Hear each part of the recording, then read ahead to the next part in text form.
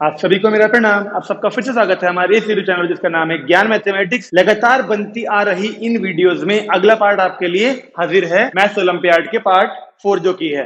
अब देखिए, आप लोगों की जिम्मेदारी बनती है कि इन वीडियोस को ज्यादा से ज्यादा बच्चों तक शेयर करें, क्योंकि मैं आपके लिए अलग अलग तरह के जो ओलंपियाड में आ चुके हैं या फिर जिनके आने की संभावना है, ऐसे क्वेश्चन ढूंढ ढूंढ के ला रहा हूं और कोशिश कर रहा हूं आपको डिटेल में समझाऊं, ताकि आपके कॉन्सेप्ट स्ट्रांग हो सके और आप लोग ऐसे या इनसे मिलते जुलते क्वेश्चंस को बहुत जल्दी कर सकें, फिर चाहे वो क्वेश्चन ओलंपियाड में आए या फिर आपके स्कूल के टेस्ट में आ जाए।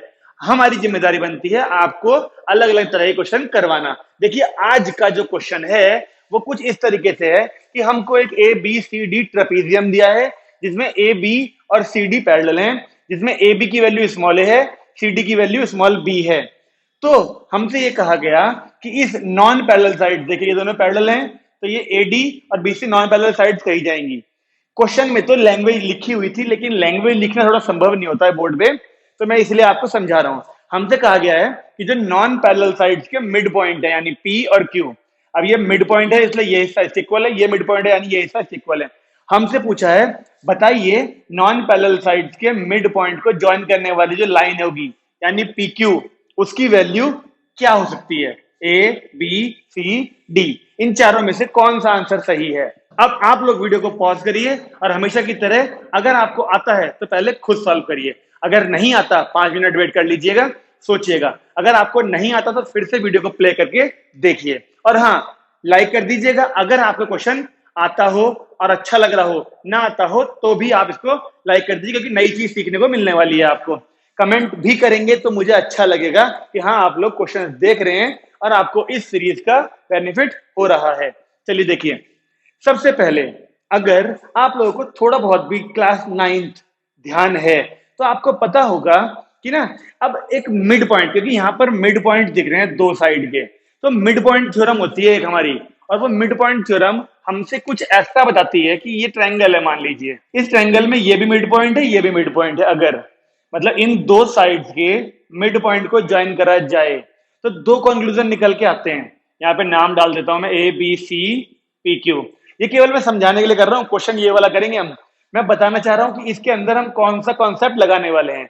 अगर हमने किसी ट्रायंगल में, किसी भी ट्रायंगल में दो साइड्स के मिड पॉइंट को ज्वाइन कर दिया, तो जो ये साइड आएगी ना पी क्यू, ये हमारी पैरेलल हो जाती है ऑटोमेटिकली थर्ड साइड के।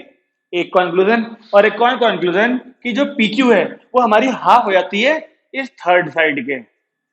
देखिए, ये दो कंक्लूजन हम लोग इस्तेमाल करने वाले हैं इस क्वेश्चन के अंदर। लेकिन समस्या क्या आ रही है हमारे पास? ये जो थ्योरम है ये अप्लाई होती है ट्रायंगल के अंदर। यहां पर तो ट्रायंगल है नहीं, अगर मैं इसको ज्वाइन कर भी दूं इससे, तो ये एक ट्रायंगल बनेगा, लेकिन फिर इस साइड की ये वाली मिड पॉइंट नहीं कहलाएगी। मिड पॉइंट तो क्योंकि ये और ये है केवल, तो हमें एक ऐसा प्रावधान करना है ताकि ये दोनों पी और क्यू किसी एक ट्रायंगल के अंदर आ जाएं और दोनों मिड पॉइंट दिखें। तो उसके लिए एक छोटी सी कंस्ट्रक्शन, जैसा कि ओलंपियाड का क्वेश्चन है तो कंस्ट्रक्शन तो बनता ही है। अब वो कंस्ट्रक्शन क्या है? मैंने यहां से एक लाइन बढ़ाई ऐसे करके, ओके, समझने की कोशिश करिएगा। देखिए, यहां से ऐसे करके एक लाइन बढ़ा दी हमने। अब हमारे पास, चलिए नाम डाल देते हैं इसका पी क्यू, इसका नाम एम डाल दिया हमने। ठीक है, मैंने कुछ नहीं करा सिवाय इस लाइन को आगे बढ़ाता हुआ लाया और यहां पर इसको आगे बढ़ाया और ज्वाइन कर दिया। अभी कोई सब पार्ट किसी के इक्वल नहीं है। अब मेरे मन में एक चीज तो कंफर्म हो चुकी है कि देखिए ट्रायंगल बन चुका है एक, और इस ट्रायंगल में इस साइड का मिड पॉइंट ये होगा, इस साइड का मिड पॉइंट ये होगा। मानते हैं बात? क्या इस साइड का पूरी का ये मिड पॉइंट हो सकता है?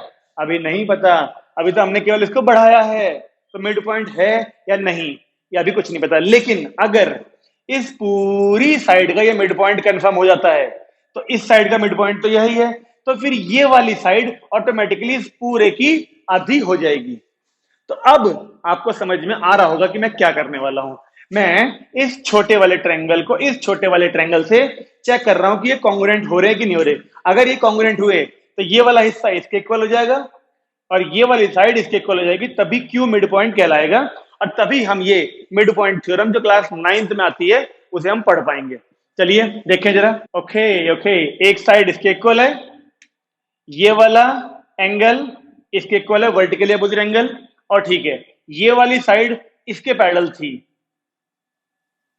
तो इसको आगे बढ़ाया गया था, तो फिर ये पूरी इसके पैरेलल हो गई ना। देखिए अब ये एक बन रहा है ऑल्टरनेट एंगल, ये दोनों पैरेलल हैं और ये ट्रांसवर्सल है, तो ये हो गया ऑल्टरनेट। ये साइड इसके इक्वल पहले से गिवन थी और ये एंगल इसके equal vertically opposite angles.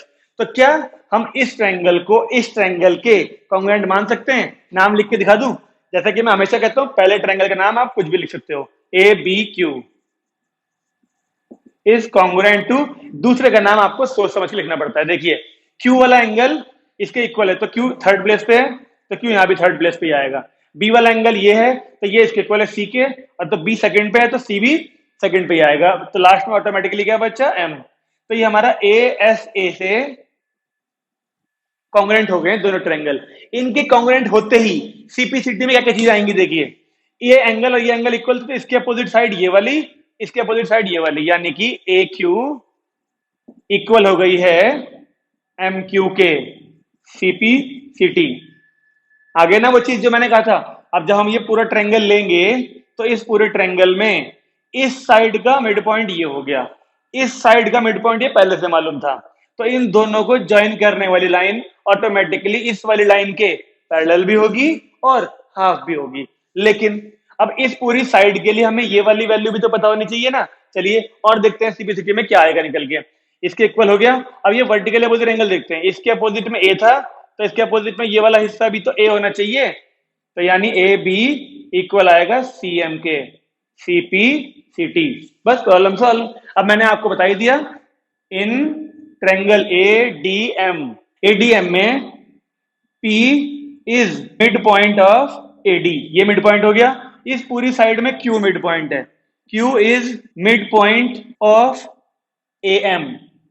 Okay, दो मिड पॉइंट्स हो गए, इनको ज्वाइन करने वाली लाइन मिड पॉइंट थ्योरम से, यानी जो PQ है, ये PQ ये हमारी पैरेलल भी होगी ऑटोमेटिकली DM के, और यही PQ हमारी हाफ भी होगी DM के। तो देखिए अब PQ की वैल्यू ही हमसे इसने पूछी थी, तो वो क्या निकल के आ रही है देखें, हाफ DM ये A है ये B है, यानी A प्लस B बोल दें इसको। तो क्या PQ की वैल्यू को हम फाइनल मान सकते हैं a plus B by two, और a plus B by two हमारा है ये रहा सी वाला ऑप्शन। तो ये हुआ हमारा फाइनल आंसर। अब आप लोग बताइए कि क्या ये क्वेश्चन है ओलंपियाड के लायक? अगर है तो लाइक कर दीजिएगा और कमेंट जरूर करिएगा। देखिए कमेंट ही है सब कुछ, आपके कमेंट्स ही हैं जो नए व्यूवर्स को हमारे चैनल की तरफ अट्रैक्ट करेंगे। हम लोग तो मेहनत कर रहे हैं आपके लिए, लेकिन छोटी सी मेहनत तो आप भी कर सकते हैं ना, कि लाइक और कमेंट कर दीजिए, तभी ये चैनल ग्रो होगा और तभी ये सीरीज और बहुत सारे बच्चों तक पहुंच पाएगी। चलिए आज के लिए काफी है, मैं फिर मिलूंगा आपसे अगले पार्ट में। नमस्कार।